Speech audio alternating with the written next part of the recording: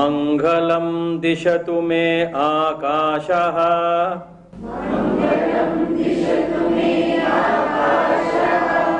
मंगलम दिशतु मे वायुः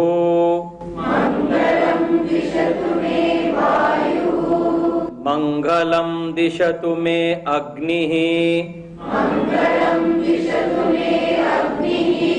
मंगलम दिशतु मे आपः मंगलम दिशतु मे पृथ्वी ओम शांति शांति शांति।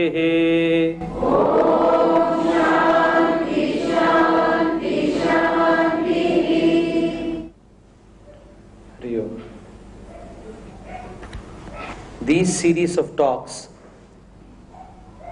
will be, oh mind, relax please. Telling our mind to relax. Yesterday we saw in the Navarasas, the last rasa was Shanta rasa. Shanta is calming. Mind has to be calm and serene. Therefore, to be calm and serene is a very important dimension. Somebody asked me, Swamiji, I'm so confused. What is the right path? What is the right path? I'm so confused. Hinduism says one thing, Christianity says yet another thing, Jainism says yet another thing. Every religion seems to say differently. So I'm really confused. What is the right path? I said, they don't really say different things. They say the same thing in different language. But the so-called interpreters of that religion start languaging it very differently, and people think therefore they are meaning it very, very differently. So when this youngster asked me what is the right path, I only told him the right path is the easy path. What is easy and relaxed is indeed the right path. If you have forgotten to be easy and relaxed, then you have forgotten to be right. So therefore, to teach yourself to be right is to teach yourself to be easy and relaxed, easy and calm. It's a beautiful Buddhist story, but you have to really digest it. It seems there was a crocodile was caught in the net. The crocodile was caught in the net, and a young boy was passing. And as the young boy was passing, the crocodile cried to the young boy, "Oh boy, save me from this net. Please save me from this net." And the boy said, "Don't think I'm so stupid. If I save you from the net, you're going to definitely eat me." To which the crocodile, with his crocodile tears, promised and assured the boy, "I promise you I will not eat you. I may look cruel, but my heart is like a mother and you are like my child. I promise I'll be ever grateful to you, eternally grateful to you." The boy got enamored by the crocodile tears, and therefore the story goes, the Buddhist story goes, the boy comes and cuts the neck portion of the net. And the moment the neck portion of the net is cut, immediately the crocodile catches hold of the boy. And the boy said, "You promised me that you're not going to eat me." And to which the crocodile said, "Right, such is the way of the world, that we promise but we don't keep our promise." The boy could not understand that such is the way of the world, that people promise to be broken. More than the crocodile eating the boy was more interested in understanding how people can be so ungrateful that they don't honor their word. More the philosophical thirst was eating up. And therefore, it seems the boy asked the bird on the top of the tree, "Oh bird, is it true that such is the way of the world? There is unfairness, injustice. Is it true?" To which the bird said, "Absolutely true. Such is the way of the world. I lay my egg on the top of the nest. Now the snake comes from the earth and eats the egg there. So such is the way of the world. There is injustice, there is unfairness." Still it seems the boy could not accept this. And then there was a donkey passing that side. Asked the donkey, "Oh donkey, is it true? Such is the way of the world." And the donkey said, "Absolutely true. Just look at me. He said, the Dobie used me very well. Now when I become old, he has left me to the jackals to be eaten. So such is the way of the world. There is injustice. Still the boy could not accept it. And then it seems a rabbit was passing and asked the rabbit, "Oh rabbit, is it true? Such is the way of the world. There is unjustness, there is unfairness." And the boy said, "I can't accept this statement." Then the crocodile's ego gets affected and then asked the boy, "How can you not accept this statement?" Rabbit said, "I'm not saying I don't accept the statement. First we have to have a dialogue, and having arrived at the dialogue, we'll come to the conclusion, such is the way of the world. Let us have a dialogue." The crocodile said, "Don't think I'm such an idiot. If I have a dialogue, now the boy will run away," and the boy will run away, he said. To which the boy said, "You're such a coward, right? Where can the boy really run away? The tail of you is so strong. One shot from the tail, the boy is going to collapse there. So where can you run? You seem to be more a coward." The crocodile ego got affected, leaves the boy, and having left the boy, he says, "Come on, let us have a dialogue. How do you say such is not the way of the world?" And then the rabbit tells the boy, "Oh boy, run, run.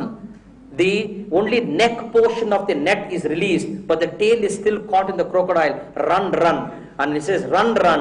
The boy runs. The crocodile gets so angry, looks at the rabbit and said, "You have cheated me." And the rabbit said, "Such is the way of the world." The rabbit says, "Such is the way of the world." Still, the rabbit tells the boy, "Go call the villagers and kill this crocodile, this dangerous crocodile." And again the crocodile tells, "It's so cruel on your part to do this." And the rabbit says, "Such is the way of the world." And then it seems the boy brings the villagers, right? As they bring the villagers now to kill the crocodile, the boy's dog also comes running. And before the boy could stop, the dog goes and eats the rabbit. Goes and eats the rabbit. And then the boy sits down and says, "What the crocodile said is absolutely true. Such is the way of the world." Friends, feel the story. What the Buddha story is conveying, that unless you have the power to accept fairness and unfairness, your life is going to be very weak. Life is both fair and unfair. Look into your life. Look into people's life. Life is both fair and unfair. But if we want only life to be fair, then we can't accept why life is unfair. Life has fairness, life has unfairness. And the spiritual asset that we should have, you should have the power of acceptance. When you have the power of acceptance, then you will accept unfairness. When you accept unfairness, you will not be a victim to unfairness. You will be a master of unfairness. Once you are a master of unfairness, you will know how to use unfairness and not get used by unfairness. That is the ability which opens up in life. Somebody in Baroda did my workshop and told me this question. "Swamiji, I'm the captain of an army. Right now I was in Kashmir. I lost 40-50 people of my battalion." It's a true story I'm saying. 40-50 people of my battalion, and caught an underworld man, a Kashmir terrorist. Having caught, then there was political influences and they left that person. So much of pain I have. 40 of my comrades were lost. Then I was sent to Lanka. Lanka, we are on the verge of catching the most important terrorist in Lanka. And then we get influences from the highest source in India. Now don't attack that person. And I lost about 50-60 of my battalion there. And now afterwards, seeing that I'm so effective in producing result, they have sent me to some administrative position, job somewhere in North India. What pains me is the punishment that the government has given me in spite of doing my best. To which I explained this story to him. And I said, "Let not your taste buds only relish what the government is going to honor you. You have done your sacrifice. There is unfairness.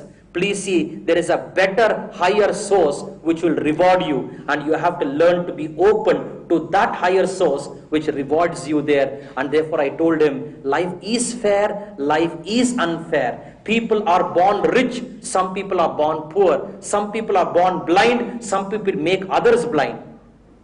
Right? Everything is there. Life is fair and unfair. The strength of living is how are you going to handle fairness and unfairness, and you can handle this when you have the power called acceptance. And therefore acceptance is the energy that you have to awaken. Agate swagatam kuryat gachantam na nivarayet.